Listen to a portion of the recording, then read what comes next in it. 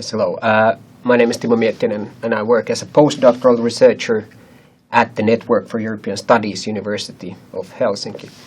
And today I'm going to talk to you about the so-called cultural idea of Europe, or more precisely, the concept or idea of Europe and its historical developments, and the different senses attributed to the concept of Europe and its historical transformations, with the focus on two particular issues. First, the idea of universality, and secondly, the idea of so-called peace project, or Europe as a historical phenomenon, as a teleological narrative. I have three questions that I wish to answer. First, when did the concept of Europe, or the idea of Europe, emerge, and what are its central historical transformations? Secondly, how has the idea of universalism shaped the history of Europe? How does the idea of universalism relate to the idea of Europe? And thirdly, what is in fact the historical origin of the so-called European peace project, and what is its relevance to the post-Second World War European integration, the integration that we have today? So I will start with the first one. When did the concept or the idea of Europe emerge, and what are its central historical transformations? One of the earliest accounts that we have on the idea of or concept of Europe comes from Greek mythology. The story of Princess Europa abducted by Zeus dressed as a bull from the island of Phoenicia to the island of Crete. What this narrative in a way illustrates is basically 2 points. That as a historical figure, Europe is in fact defined by a certain overcoming of borders. It is a continent and a concept that has constantly been in transition, and it has been constantly willing to overcome its borders in order to acquire new space. But secondly, also as a concept, Europe itself has been stolen in a way for several different purposes. It has become to denote several different agendas and strategies, and I wish to focus on few of them. So the concept or the idea of Europe actually originates as a geographical concept in the antiquity, and it is defined in regard to two different continents, Africa and Asia. And although we have become accustomed to treat Greece or the ancient Greece as the kind of starting point of the European culture, its historical, most important historical point of reference, the Greeks themselves did not consider themselves as Europeans. And this, for instance, in Aristotle Politics says very clearly that the Greeks are not a part of Europe. So Europe, in this context, referred only to the part of Europe that is beyond the Hellenic territory. The second sense of Europe that arises in the 15th century is one of political entity and unity. And here you have an idea of Europe which starts to define itself in regard to an outside, to an external threat. Especially in the 15th century wars, Europe was now began to define itself against the Ottoman Imperium, and here one of the most important historical points of reference is a work by Georg von Bodiebrad and Antonio Marini, where they argue that the European nations should form themselves against the foreign threat, the Islamic threat. So the earliest idea of Europe as a political community actually defines itself to an external threat. And this is very different from the idea of Europe as a political community that we have in the 18th century, where instead of an external threat, an external opposite, there starts to develop an idea that the basic problem of Europe is actually Europe itself and the wars that are going in Europe at that time. The nations of Europe are at constant war with each other, and this brings in the need to start thinking about Europe beyond the scope of nation states as a kind of supranational community that can bring about peace in this continent. And at this time, there also comes about a kind of historical understanding of Europe. Of course, in the 20th century, especially during the Cold War, the concept of Europe was primarily used in regard to Western Europe, the non-socialist states, although the post-Maastricht process can be seen as a way to accommodate the Eastern European countries back to a single European narrative. And thirdly, we have an idea of Europe as a historical notion that comes about in what is often called the Enlightenment idea of universal history, that is born in the transition from the 18th to 19th century.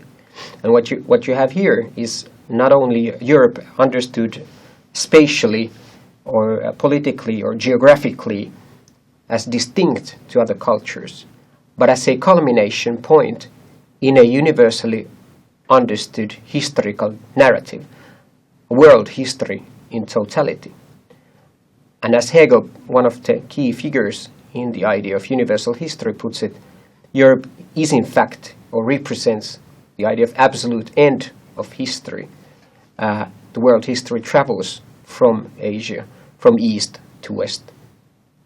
And here you have different versions of an idea of Europe which sets itself into a historical paradigm, a historical narrative of world history, which sees itself as the culmination point of the totality of history as such.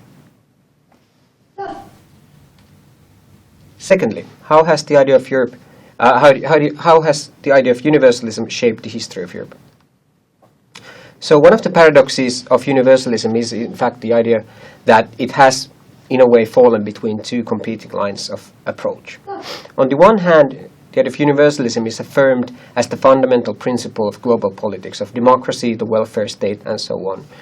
In the UN declarations, for instance, it is stated quite clearly that the universality of human rights are beyond question, that it is, if the whole notion of human rights makes any sense, it must be understood as a universal principle.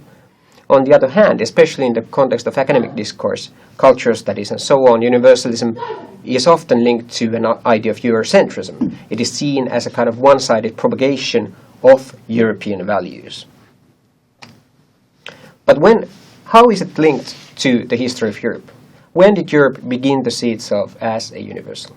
So there are several different ways of how to tell the narrative of how the idea of universalism links to European tradition.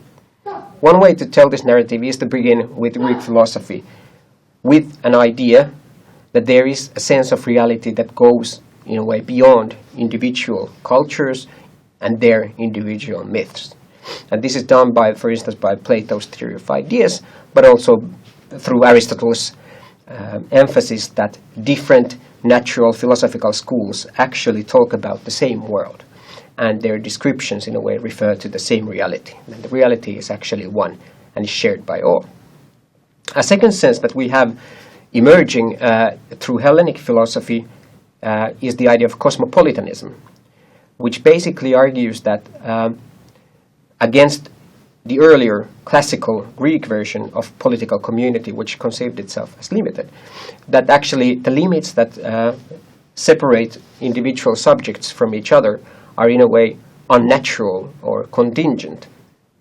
And what you have there emerging is a kind of idea of a citizen of the world, a cosmopolitan citizen which lives its life regardless of individual borders of political nations.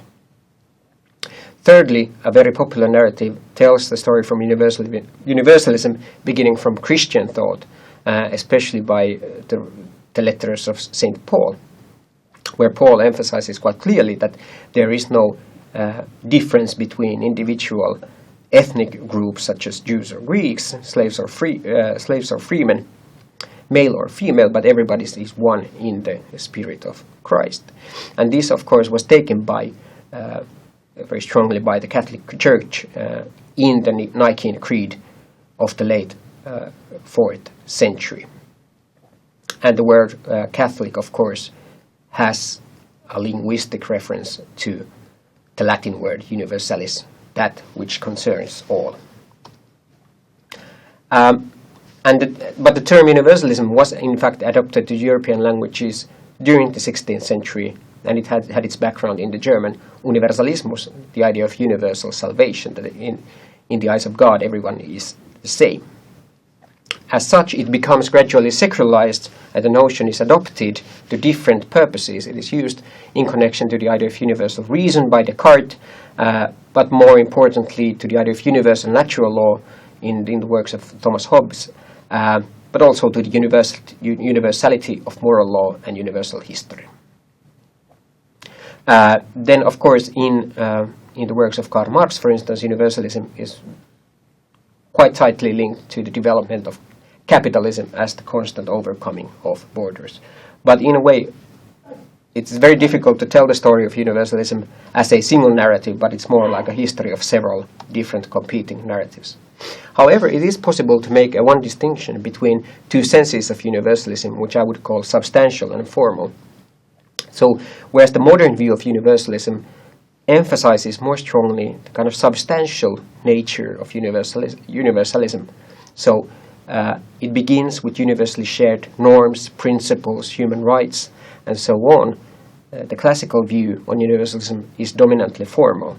It is not so much interested in common principles or norms, but more on those conditions on the basis of which we perceive a common world. And this is, of course, emphasized by the famous quote by Heraclitus, "The waking have indeed a common world, but the sleeping turn aside each into a world of his own." Thirdly, I want to say a few words about the historical origin of the idea of European peace project and its relevance to the post-World War II European integration. So, as I said already before, the basic problem of Europe in the 17th and 18th century was in fact Europe itself, the inner wars that were going on in Europe. And in the 17th century, there emerged a number of so-called peace plans that aimed at tackling and imagining a form of community that could bring a perpetual peace among European nations. One of the most important and most famous of these was a design articulated by a French priest, Abbé de Saint-Pierre, in 1713, called a Design for Perpetual Peace in Europe, where basically Saint-Pierre saw that the basic problem of Europe was indeed war, and the basic mechanism in order to stop the individual wars was to create a political sovereignty, a political institution that governs and produces and sustains a common law between individual European nations. In this design, Saint-Pierre envisaged a certain permanent society for all the Christian sovereignties of Europe, a kind of European confederation which would have been based in Utrecht and which all the individual nations would have sent their delegates, which had a very, very strong focus on international law as the basic mechanism. Now, what emerged in the course of the 18th century was a selection of critiques that aimed at targeting Saint-Pierre's plans. One of the most important of these was an essay by Immanuel Kant that he wrote in 1795 called Perpetual Peace, a Philosophical Sketch, which was heavily a critique of Saint-Pierre's plans. Like Saint-Pierre, Kant envisaged a European confederation which would have made wars obsolete and which would have also provided a kind of transitionary step towards a more cosmopolitan community of peace. And this text is often conceived as a classic text of modern liberalism, international law, and European integration. But what is really at the heart of Kant's argument is a critique of Saint-Pierre that international law as such is not sufficient to bring about peace, but nations need concrete incentives in order for peace to come about. And here, the role of economy is emphasized very strongly. As Kant writes, by virtue of their mutual interest does nature unite people against violence and war. The spirit of trade cannot coexist with war, and sooner or later this spirit dominates every people. For among all those powers that belong to a nation, financial power may be the most reliable in forcing nations to pursue the noble cause of peace. So without concrete incentives that, in a way, are able to create shared interests beyond individual nation states, the mere idea of international law as a mechanism of peace is not enough. And of course, this essay and the debate leads to a series of other debates and views that really emphasize the role of commerce and economic integration in creating peace. A classical example of this is a text that also is before Kant, that of Montesquieu's classic The Spirit of Law, where he also argues that the natural effect of commerce is is to lead to peace. And then you have the arguments of Adam Smith and John Stuart Mill, who also take part in this debate.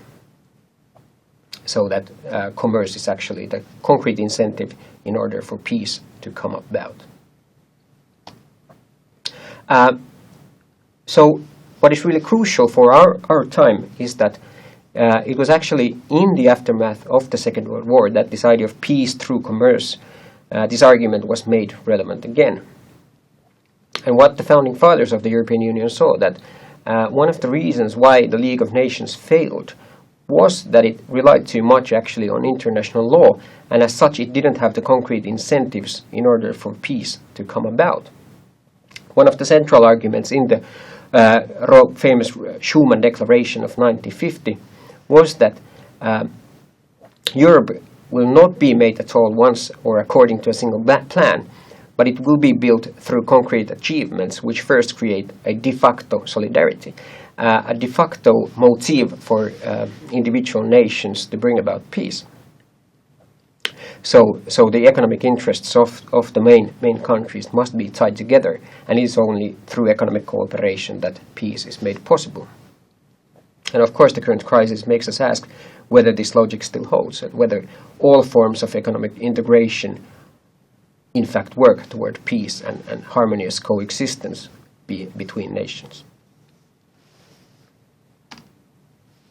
Thank you.